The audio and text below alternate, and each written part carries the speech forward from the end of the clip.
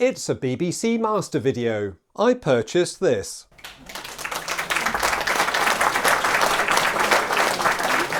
Hello, Yawning Angel here with another video featuring my BBC Master. Yes, the more I use this machine, the more I discover about it and the more I grow to enjoy it. So I figured I'd just do one more video before I box it up and put it away. I think the BBC Master is a great looking bit of kit. I mean, just look at it.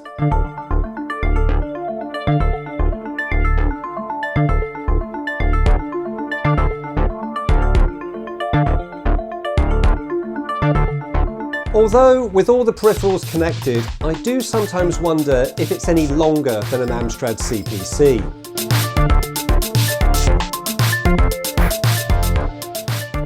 So before I box this machine up and put it away, in order to get back to my A500, Big Red, I wanted to do a bit of a feature on one of the inbuilt ROMs in this machine, and that's a ROM called View. Yes, the BBC Master has a built-in word processor called View. This sits on its own ROM within the machine. So I got to thinking, can I create a word processing document here on the BBC Master, save it, probably out to SD card using the MMFS file system, and then take that file and transfer it to my Mac and carry on editing the file on that? Can that actually be done? But why would I want to do this? Well, just because I think it is actually possible. At the end of the day, it's just digital data. Also, taking data from a 1980s machine and transferring it over to modern tech is kind of fun, don't you think? So that's what I'm going to explore in this video. Create a word processing document, save it to SD card, and try and get it over onto my Mac. Please note I'm using the MMFS file system to do this in order to write to the SD card. I could write it to floppy, of course, but obviously I can't get the data from that floppy onto a modern Mac, so that would cause a few problems. Anyway, that's the plan. So without further ado, and you know how this works, let's grab a brew and get word processing, 1980s style. Okay, here we are then, back once again in front of the BBC Master. Power to the people, etc, etc. Cup of tea in hand. This time using the Retro This Week in Retro mug. This is the one that doesn't have Jason's face on it, so I do apologise for that. Jason, if you're watching, I will obtain a new mug at some point. Right, so standard BBC Master screen here. We're going to jump straight into View, which is the word processor, and we're going to access it by actually typing *word, which is a little bit confusing because the word processor is definitely called View, but that changes my screen, and quite clearly at the top of the screen there you can see it says View. Now, in terms of manuals and documentation, I did pick this up. This is the introduction interview. This is if you had to buy the floppy disks and the full manual, etc. I just picked this booklet up separate because I figured I just needed a flavour of what View could do. I didn't really need to do that because inside the BBC Master Welcome Guide, there is, on page 105, a whole section on introducing View. So I'm going to dip in and out of the various bits of documentation as I need it, but I'm going to give you a quick whistle-stop tour of View. This is not, I want to stress, this is not a tutorial. Right. So basically this screen here is just giving us some information about our document. The number of bytes we have free.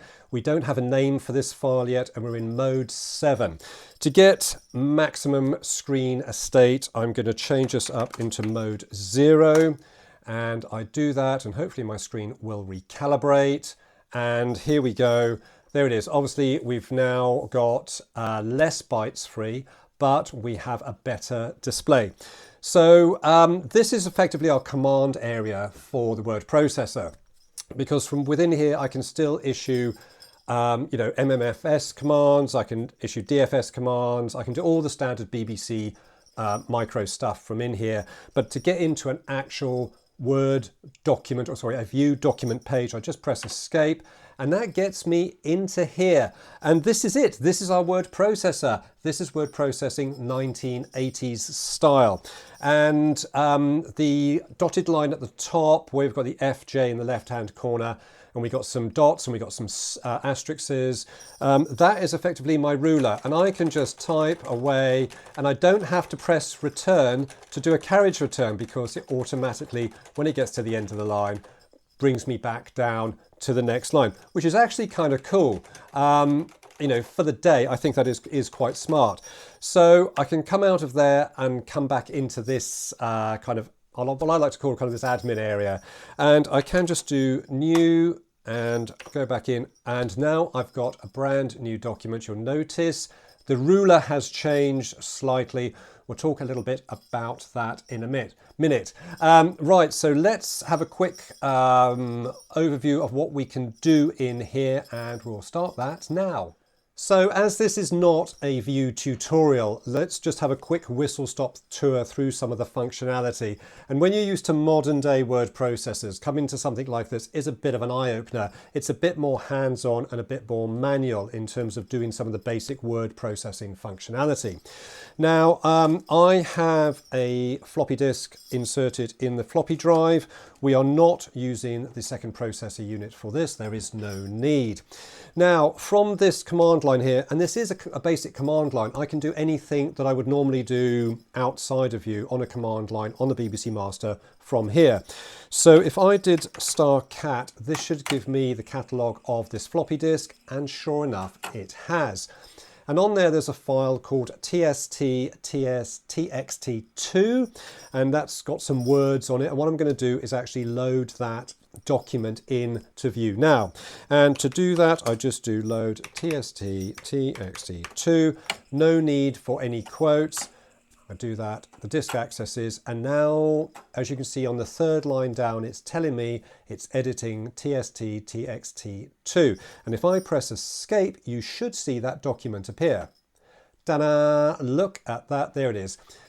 Some words have appeared on the screen. This is something I created earlier. Right, so I can type some more text in here if I want. I can press the delete key on the keyboard to backspace. But if I actually wanted to delete something, I need to be pressing a function key instead. Let's have a look at this top line. Let's see, can I make some changes here? Well, actually, I don't want to delete anything on here. I actually want to insert some text. So the first line reads, the BBC Master has a built-in word processor called Vue. And what I want to do is change this so it reads, the BBC Master has a built-in word processor which is called Vue. So I want to get rid of that comma, which I can't do. I've got to be careful where I put the cursor. So to backspace, I need to put the cursor in front of the thing I need to delete. I do that. You'll probably notice it has not pulled the text in front back at all. In order to do that, I need to press F9, and F9 gives me the delete. But if I start typing, it doesn't push the text out. So I need to backspace over that, and now I need to press F8 in order to push that text out. Interesting, isn't it? So the BBC Master has a built-in word processor which is called Vue, and now I press F9 just to bring that text back. So that's insert and delete and backspace. If I wanted to add a line, you'll probably notice that where my cursor is now, if I press return, it's not doing a carriage return, it's not pushing the lines down. So I want to put a line in here, and I think to put a line in there, I press F7. No, F7 deletes a line. F6, pressing F6 will insert a line. F7 removes it. So let's stick a couple of lines in there. Come down here. It is held on a chip inside the machine, but can be obtained on floppy disk as well. Copies for this exist on eBay.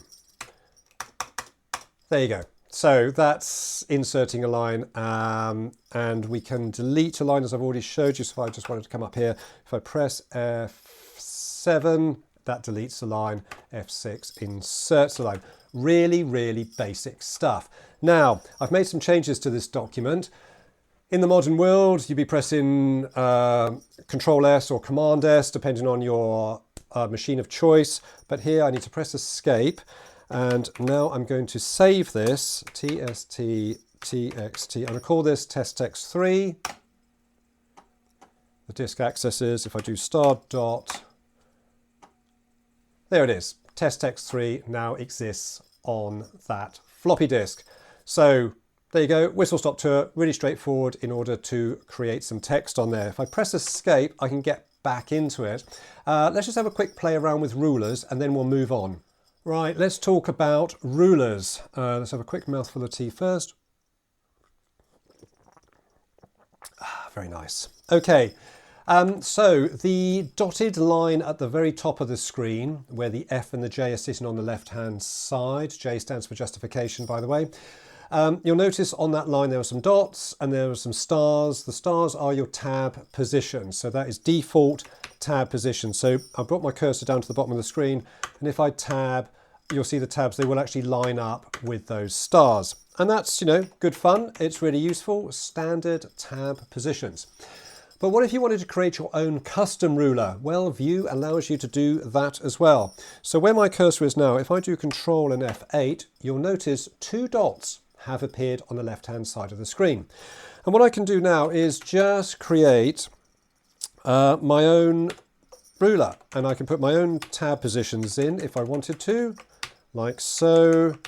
And if I wanted an alert to when I was reaching the end of the line, I could type the letter B, and I can do a tab there, and I can do a dot and that. Right, so that now is my custom ruler. So if I start typing some words in here like this, and did you notice the beep there? They got the beep. As it hit the B, I got the beep. I cannot talk, and type at the same time. That beep is pretty cool. It's reminiscent of on old typewriters when you used to get a little ting as you were approaching the end of the line. It's that audible warning. They've done the same on this. As I said, word processing, 1980s style. So let's, I can tab. So a tab starts here. I can carriage return, tab, new tab position here, etc., etc. And that is very briefly how you would create a custom ruler within View. So if I drop out of here and now do save, tst, txt, save this as 4, that will now save that to the floppy disk. And looking at my notes, yep, that is the whistle-stop tour of View done and dusted for now. Now we can get on with the actual meat of the task, what I originally set out to do. Right, what I'm going to do now is take that testtext4 file and save it to a floppy disk or a slot on the SD card. So what I need to do now is switch to the MMFS filing system. So star MMFS. That now points the system at the SD card in the machine. I'm going to do a disk in position 0358, which I think is blank. If I do a star dot on that, disk is not formatted. Now, have you noticed I'm issuing all these commands from within View itself? So this command line is very, very powerful.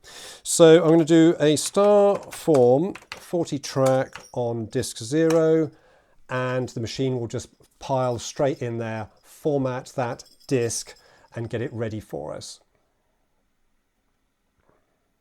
Okay, if I do star dot, there we go. We've got a floppy disk, position 358 on the SD card. There's a disk. I'm going to give it a title. We'll call it View TXT. And if I do star dot, there we go. That floppy disk, or that slot rather, is called View Text, and it's ready to receive a file. Now, if I press escape, there's my word processing document. So now if I come back here and I can now do, so make sure I'm in the right place. Yep, I've got the disk view text mounted, as it were. So now I can do save tst txt4, and if I do star.now, there you go. You can see that that test text4 file now exists on the SD card. Trust me, take my word for it. Right, this is good. Now what I'm going to do, I'm actually going to load another text file. So we've got a couple to play with, and I just need to swap disks, and I'll do that now. Okay, slight mistake. I thought I had another text file on a floppy disk. I don't. I actually have another text file on another virtual disk on the SD card. So if I do disk in 0 and it's on position 355, star dot, and that's the file I'm after, vid.txt. So let's load that, vid.txt. That should be there if I press escape. And this is some text I created earlier in the greatest of Blue Peter fashion. This, I have actually played around with this, so there's a lot of formatting going on in here. There's some different rulers, some custom rulers. So we're going to try and transfer this as well as the test text4 file over onto the Mac. We'll get the SD card out of the master and get it transferred over, and we'll see what state this text has actually come out in. So we're going to do that next. And here I am in front of my Mac desktop. So a couple of windows open here. First one is this piece of software called MMB Explorer. This will enable us to interrogate the SD card and will show us all the disk images on that card. The second window, of course, is just a straightforward Finder window. So what I've done, I've taken the liberty of removing the SD card holder from the BBC Master. It's a micro SD card, so I need to take it out of here. Tiny SD card, and I need to put it into an SD card adapter, so full-size adapter, so I can get it onto the Mac and the Mac can read it. So I'm going to do that now. So if I pop that in there, we should see in this window, there it is, BBC M, that is the SD card that has been mounted. So now if I come over to MMB Explorer and do File, Open MMB, I should be able to go to BBC M, Beeb, MMB, open that, and ta-da! Here we have all the disk images on that SD card. Now we know that I saved off at position 358, I saved view text. That was the name of the disk where we've got our tst.txt4 file. Check it out, there it is. How good is that? So now what I'm going to do is export this. So what we need to do is extract the disk. I'm going to save it into retro computing, BBC Master, SD card, SSD export. And I'm going to save this as text1. And this will be an SSD file. So there we go, save as SSD file. That's really the only option we've got. So I'm going to save that. Now if I go to my SSD export folder, here it is. And there's my test text SSD. Now, the Mac doesn't quite know what to do with that. And on my system, it's decided that it's an IA writer document file. Well, it isn't. But this disk image here, what we're going to do is open this with now I want to open this with text edit. So let's go into other and let's find a suitable, where did it let me have text edit? Text edit, there we go. Right, so slightly out of shot. I do apologize for that, but I'm going to open that. And here we are, look at this. So we've got some control characters on here that have come out of that word processing file from the master. But you know, we've still got the text. So if we notice here, it's actually showing view text. That is obviously the name of the disk. We've got, we can see it there, tst.txt4, that's fine. And then we've got some control stuff there. So that is just basic kind of admin control characters on the file. But the rest of this, look at that. There's all our text. The BBC Master's built-in word processor, which is called View. We've got our spaces. It does include the rulers, which is a little bit frustrating, but you know, we can just remove those.